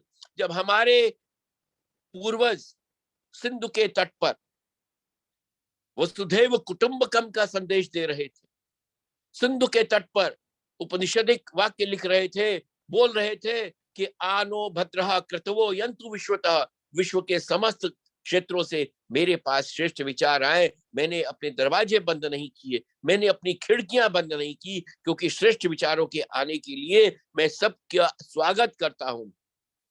उस समय अय पश्चिम के लोगों, तुम्हारे पूर्वज जिहाद कर रहे थे, तुम्हारे पूर्वज क्रूसेड कर रहे थे, तुम्हारे पूर्वज जोन ऑफ आर्क को 2 बार जलाकर उसकी राख सीन नदी में बहा रहे थे वहां पर, ताकि कि वह फिर से जीवित ना हो जाए। वे लोग तो स्त्री में आत्मा को स्वीकार नहीं करते थे, स्त्री को चुड़ैल मानते थे। और अभी अभी अमेरिका में तो कुछ 100-150 साल पहले ही उन्होंने स्त्रियों को मताधिकार दिया है। उनको तो वोट डालने तक का अधिकार नहीं मिलता था। वे तमाम विज्ञान के विरोधी मत रहे, वे तमाम विज्ञान के विरोधी संप्रदाय रहे। विज्ञान का सम्मत विचार अगर कहीं रहा तो भारतवर्ष में रहा, और भारतवर्ष में विज्ञान सम्मत विचार के सर्वश्रेष्ठ प्रतिनिधि के रूप में, युवा विद्रोही के रूप में, एक रेबेलियस स्वामी, जिसको न्यूयॉर्क टाइम्स में जब वे गए थे तो उसमें उन्होंने शीर्षक दिया था, वहां पे जब उनका भाषण हुआ, द साइक्लोनिक हिंदू मॉन्क, तूफानी हिंदू है। इसकी वाणी में तूफान है। तूफान इसलिए है कि वह प्रचलित मिथ्या धारणाओं को ध्वस्त करके सत्य का दर्शन करा के लोगों को चमत्कृत और स्तब्ध करता है। इसलिए मित्रों, आप युवा ध्वजवाहक हैं। एक नवीन भारत की रचना करने के लिए विद्रोह करना सीखो, प्रश्न करना सीखो। नचिकेता की तरह यमराज भी अगर सामने हो तो यमराज से डरे बिना उससे प्रश्न करो, उससे प्रश्न करो। प्रश्न करना भारत सिखाता है, प्रश्न करना वेदांत सिखाता है, जिज्ञासु बनना मेरा हिंदू धर्म सिखाता है। और उसका समाधान जब मिले उस मार्ग का अनुसरण करो, वही धर्म है। वही मार्ग पर अनुसरण करके आप स्वयं विवेकानंद बन सकते हैं। जो साहस दिखाए, जो सत्य का अन्वेषण करने का बल दिखाए, वही विवेकानंद है। आपने मुझे अवसर दिया, मुझे बहुत आनंद हुआ। मैं देशबंधु कॉलेज, रूबी जी और आप सभी प्राध्यापकों को प्रणाम करता हूं कि उन्होंने इस सुंदर विषय पर आज एक गोष्ठी रखी। मुझे भी आपसे बहुत कुछ सीखने का अवसर मिला। इसी के साथ मैं वाणी को विराम देता हूं। जय Hind, Vande Mataram. Thank you, sir. We feel immense pleasure that we got a chance to listen such an inspiring words from you. It was an encouraging and comprehensive. I'm sure that all the participants have a lot to take away with them. This is a token of appreciation from our side. We will mail you the same on your email ID. We hope the situation gets better very soon and we have an offline session with you in our college. With this note, we will have the question answer session. For that, I will request all the volunteers to kindly drop the questions in the chat box.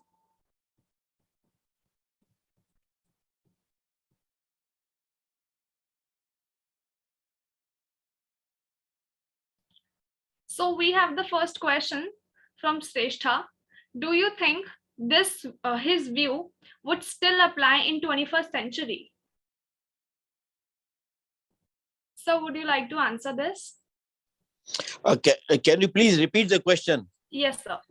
Do you think his view would still apply in 21st century? What should we do to follow his step with high level of focus on degrees? The first thing in answer to this beautiful question is, don't believe what I say and don't believe what anybody says. You read Swami Vivekananda yourself and find the answer to your question. Unless you develop a tendency to question the established norms, the established views, you cannot be a youth.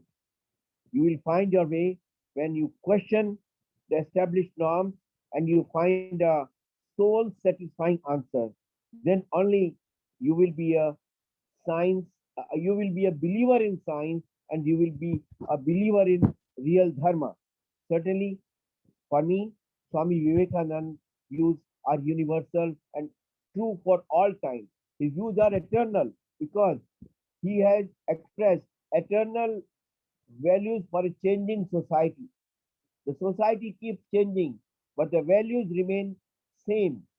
अपने माता पिता का सम्मान करना, प्रकृति की रक्षा करना, समाज में सदाचरण करना और युद्ध पिपासु दुष्ट आत्माओं को सबक सिखाते हुए समाज में शांति की स्थापना करना। ये हमेशा सत्य है, हमेशा सत्य रहा है। कायर व्यक्ति, डरपोक व्यक्ति और कमजोर व्यक्ति न किसी की रक्षा कर सकता है, न सत्य का अन्वेषण कर सकता है।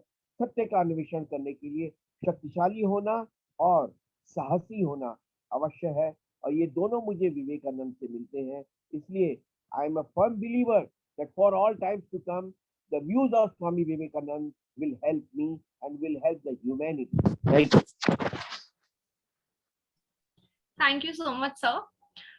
We have a second question from Tasoom. He says, do you think the relevance of Vivekananda's ideology of nationalism is facing in the present context? Who is to answer? Sir, To you whom? will. Me? Okay. Yes. It's a very relevant question. It's a very relevant question. I'm very thankful to the person who has asked this question. What is nationalism? You tell me. What is nationalism? For me, nationalism can be expressed in only one line: love for your country. स्वदेशो भुवनम त्रयम। मैं आपसे आग्रह करूंगा कि आप स्वामी विवेकानंद का स्वदेश मंत्र अवश्य पढ़ें। स्वदेश मंत्र एक प्रकार से आपकी धमनियों में रक्त को गर्म कर देगा और आपको भारत भक्ति की ओर लेकर चलेगा।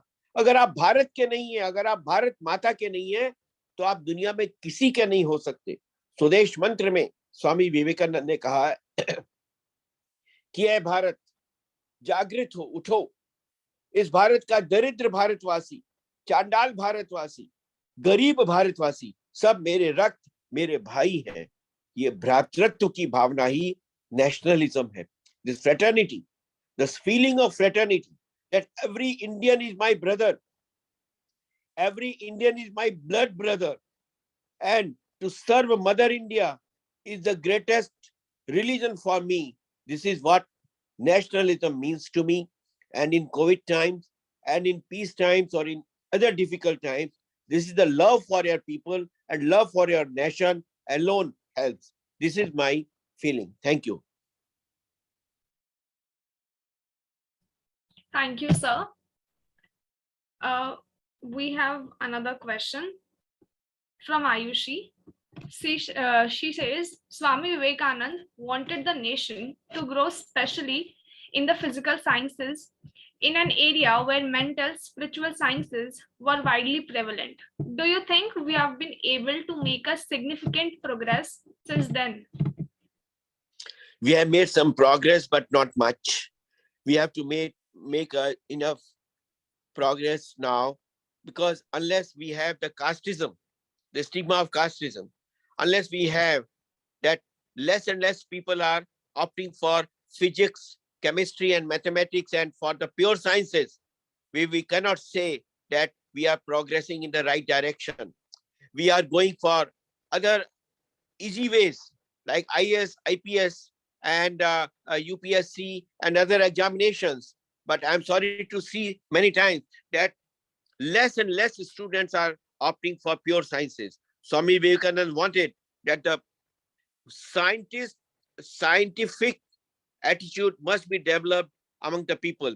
A people who discriminate with each other on the basis of science, on the basis of caste, a people who cannot tolerate that a person belonging to a scheduled caste should not go astride a horse to in his marriage.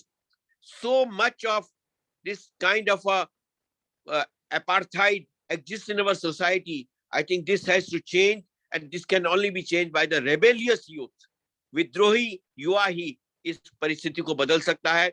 अधिक से अधिक लोग विज्ञान और गणित के क्षेत्र में जाएं, तथा जब तक यह जातिवाद के आधार पर एक कलंक हमारे समाज में रहेगा, तब तक हम देश को प्रगति के मार्ग पर नहीं ले जा सकते।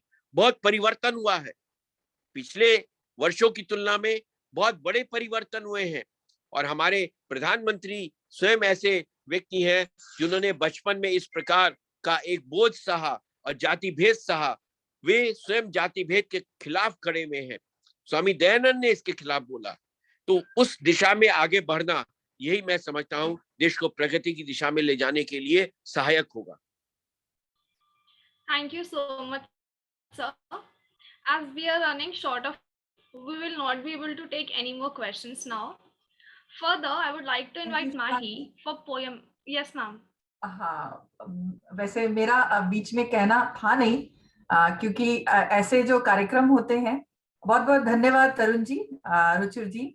ये कार्यक्रम for the student, by the student और हेल्प बाय आवर यंग जो हमारे कोऑर्डिनेटर्स हैं, very helping all the time on the foot. बहुत सारे कॉलेज के सभी एक्टिविटीज में रहते हुए भी ये एनएसएस को भी अपनी सेवाएं प्रदान कर रहे हैं, उसके लिए मैं आभारी हूँ। शिवानी, प्रोग्राम बहुत लंबा हो गया और कल से हमारा महाविद्यालय राष्ट्रीय युवा दिवस मना रहा है और बहुत से कार्यक्रम स्वामी जी पे, उनके व्याख्यानों, उनके जीवन पे हमने सुना। आज एक नया आयाम हमें प्रोफेसर रुचिर जी और तरुण जी ने हमें दिया। अभी एक जो प्रश्न आया था, मैं थोड़ा सा छोटी सी बात कहूंगी, सभी प्रश्न उसमें समाहित हो जाएंगे। बहुत छोटी हूँ बोलने के लिए, विज्ञान की छात्र हूँ और हमेशा कुछ नया करना, नया जानना, उत्सुकता हमेशा रहती है कुछ ना कुछ चेंज लाने में। और कहते हैं जब तक ये मन में उत्सुकता है तब तक आप युवा हैं, और शायद कहीं ना कहीं जब तक वो सोच, वो जिज्ञासा और कुछ ना कुछ करने की हमारे मन में रहती है तब तक आप युवा हैं। और इसीलिए मैं भी अपने आप को युवा मानती हूँ आप सबके बीच, और सोचती हूँ कि हम सब में ये जिज्ञासा, जैसा अभी तरुण जी कह रहे विद्रोही, यानी प्रश्न करने की जो क्षमता है वो हमें प्रश्न करने की जो क्षमता है वो हमें स्वामी जी ही से प्रेरणा मिलती है। मुझे एक बार व्याख्यान के लिए बोला गया था, बीइंग अ साइंस स्टूडेंट, कुछ स्टूडेंट्स के बीच में और कुछ जो हमारे जो छात्राएं थी उनके बीच में कहना था, it was a very new topic in 2017, और जब मैंने उसको पढ़ना शुरू किया, उनके बारे में पढ़ना जानना शुरू किया, जितना पढ़े जितना जाने उतना कम है। और विज्ञान यानी सत्य को ढूंढना और चाहना, और वो स्वामी जी उस वक्त भी, उस टाइम में और इस वक्त भी, उनके जो भी उनकी जीवनी है आप जब भी पढ़ेंगे वो उतना ही रेलिवेंट है। आज की डेट में सबसे ज्यादा जो नई खोज है हिग्स बोसॉन गॉड पार्टिकल्स की, उसमें से भी जो बोसॉन जो निकल के आता है, सत्येंद्र नाथ बोस जो वेल रिनाउंड फिजिसिस्ट थे। तो कहने वाली यह बात है कि भारत का विज्ञान, भारत का साहित्य, वेदांत, ये कुछ अलग नहीं है। That's why I always tell on all the platform for last 2 years, I don't know how this will be implemented, that is a national education policy, कि विज्ञान को, साहित्य को, वेदांत को, इनको अलग अलग रूप में देखने से बेहतर है अगर उनको एक साथ एक समाहित रूप में जब हम देखना शुरू करेंगे, rather after completing PhD you do not know what is the philosophy, जो हमारा philosophy of science, philosophy of chemistry, physics जानते हैं, but when you start reading Vivekanand ji, you will actually understand what is the philosophy and what is the science behind it। और वो उस वक्त उन्होंने सोच लिया था, और शायद इसीलिए निकोलस टेस्ला जी से एनर्जी और मास की कोरिलेशन की बात करी थी, जो आफ्टर 10 इयर्स एल्बर्ट आइंस्टाइन ने उसकी खोज करी। और आज भी चाहे यौगिक साइंस हो जाए या और भी जितने भी हम जो भी शोध करते हैं, उसमें शोध करने को बहुत कुछ बाकी है। वो ऐसा कण जहां से सब सारे कण निकले हैं, इस तरह की चीजों को हर विज्ञान में शोध करना बाकी है। So that is what the topic we chose, it was very different. और इतने शोध पत्र आए, हम आज रिजल्ट अनाउंस करने के लिए थे कि हमें आज रिजल्ट अनाउंस करना है, that's why we kept a talk also on the particular topic. But Monica ji, Ashutosh sir, Jagpal ji, Abhishek ji जानते हैं कि कितने सारे इवैल्यूएशंस के लिए आए हैं। तो 178 179 आर्टिकल्स, पोस्टर्स का आना इस पर्टिकुलर विषय पे, ये हमारे लिए भी एक बहुत ही, जिसको कहते हैं, उत्साहवर्धक बात थी। तो इसके लिए बहुत बहुत धन्यवाद तरुण जी, आप हमारे आग्रह पे हमारे कार्यक्रम में आए और जुड़े, इसके लिए आपका बहुत बहुत हृदय से अभिनंदन। Over to you Shivani. Thank you, ma'am. Further, now I would like to invite Mahi for a poem. Mahi, over to you. धन्यवाद शिवानी जी। मेरा नाम है माही वर्मा। मैं जीवन विज्ञान के द्वितीय वर्ष की छात्र हूँ और मैं आज आप सभी के समक्ष एक कविता प्रस्तुत करने जा रही हूँ जिसका शीर्षक है एक युवा सन्यासी। एक युवा सन्यासी जिसने सोच बदल दी दुनिया की, निर्धन शोषित पीड़ित के प्रति जिसके मन में करुणा थी। वह नरेन से बना विवेकानंद तभी इस जग ने जाना, वह नरेन से बना विवेकानंद तभी इस जग ने जाना। इनकी प्रतिभा, इनकी मेधा का सबने लोहा माना। इन्होंने इस दुनिया को बतलाया एक देश है भारत भी, भाई बहन का संबोधन जब इस जग ने पहली बार सुना। अमेरिका की धर्म सभा का गूंज उठा कोना कोना, अमेरिका की धर्म सभा का गूंज उठा कोना कोना। थमी नहीं तालियां देर तक उसकी ऐसी धाक जमी।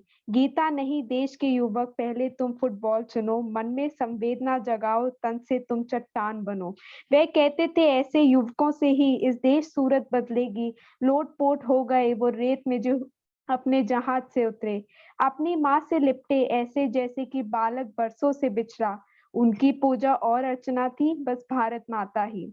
भारत की संस्कृति के ध्वज को जिसने यूं फहराया हो, भारत की संस्कृति के ध्वज को जिसने यूं फहराया हो, जिसके कारण स्वाभिमान जनमानस में गहराया हो। आओ मिलजुल आज मनाएं उनकी पावन जन्म तिथि, आओ मिलजुल आज मनाएं उनकी पावन जन्म तिथि। धन्यवाद। Thank you so much, Mahi, for such an amazing poem. Now you all are requested to kindly fill the feedback form given in the chat box, and for any further update, you can follow us on our social media accounts @nssunit.dbc. Social media accounts links are mentioned in the chat box. Moving ahead, I would request our teacher coordinator, Dr. Jakpal sir, to come over and give a vote of thanks. Over to you, sir. Thank you Shivani. मेरी आवाज आ रही होगी सभी को? Yes, sir. आज के धन्यवाद ज्ञापन की औपचारिकता पूरी करने के लिए मुझे कहा गया है। सबसे पहले मैं हमारे प्राचार्य प्रोफेसर डॉक्टर राजीव अग्रवाल जी को धन्यवाद देना चाहता हूं, जिन्होंने हमें ये प्रोग्राम करने की अनुमति दी। हमारी प्रोग्राम ऑफिसर सदैव हमारी मार्गदर्शक रही हैं और उनके सानिध्य में ही हम कोई प्रोग्राम कर पाते हैं। रूबी मैम, आपका बहुत बहुत धन्यवाद। हमारे आज के वक्तागण बहुत ही सुंदर तरीके से जिन्होंने हमें हमारे समक्ष वक्तव्य प्रस्तुत किया, उनमें रुचिर गुप्ता जी ने बताया कि किस प्रकार हम भारत को जान सकते हैं। रोमा रोला जी ने किस प्रकार भारत को जाना, यानी कि उनको यह बताया गया कि यदि आप विवेकानंद जी और उनके विचारों को जान लेंगे तो आप भारत को जान लेंगे। आपने विभिन्न आविष्कारिक घटनाओं के माध्यम से हमें यह बताया कि भारतीय दर्शन में समस्त ज्ञान बीज रूप में मौजूद हैं। सर, आपका बहुत बहुत धन्यवाद। तरुण विजय जी के बारे में जो हमारे आशुतोष सर ने कहा वह बहुत सटीक था कि सर अपने आप में एक दर्शन है और उनके बारे में जितना कहा जाए उतना ही कम है। तरुण विजय सर ने हमें बिल्कुल 2 शब्दों में स्वामी विवेकानंद जी को समझा दिया, साहस और सत्य। ऐसे 2 शब्द हैं, जो इनको धारण कर लेगा वह स्वयं विवेकानंद बन जाएगा। सर, आपका बहुत बहुत धन्यवाद। वास्तव में आपके वचनों से, आपके वक्तव्य से हम बहुत लाभान्वित हुए हैं।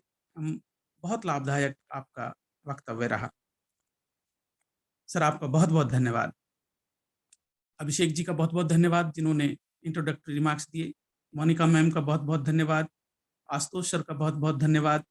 और जितने भी प्राध्यापक गण हमारे कॉलेज से या दूसरे कॉलेजेस से जुड़े हुए हैं, सर आप लोगों का बहुत बहुत धन्यवाद। जैसा कि आप जानते हैं, हमारे विद्यार्थी बहुत कठोर परिश्रम करते हैं और तभी कोई प्रोग्राम हो पाता है। इनमें कृति वर्मानी, सुजीत मिश्रा, शिवानी, हिमांग, प्रसून, माही वर्मा, आप सभी का और जितने भी एनएसएस के स्वयंसेवक हैं, सभी का बहुत बहुत आभार, सभी का धन्यवाद। Over to you Shivani. Thank you, sir.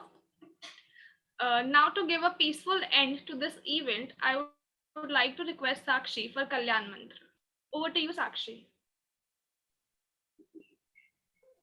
Om Sarve Bhavantu Sukhina Sarve Santu Niramayah Sarve Bhadrani Pashyantu Ma Kaschit Dukh Bhag Bhavet।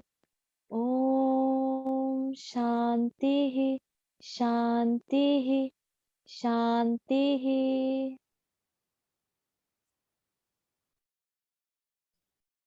Thank you, Sakshi. Be the servant while leading. Be unselfish. Have infinite patience and success is yours. With this quote, I thank all the participants for joining this program and making this special event unforgettable. You all can leave now. Thank you all again.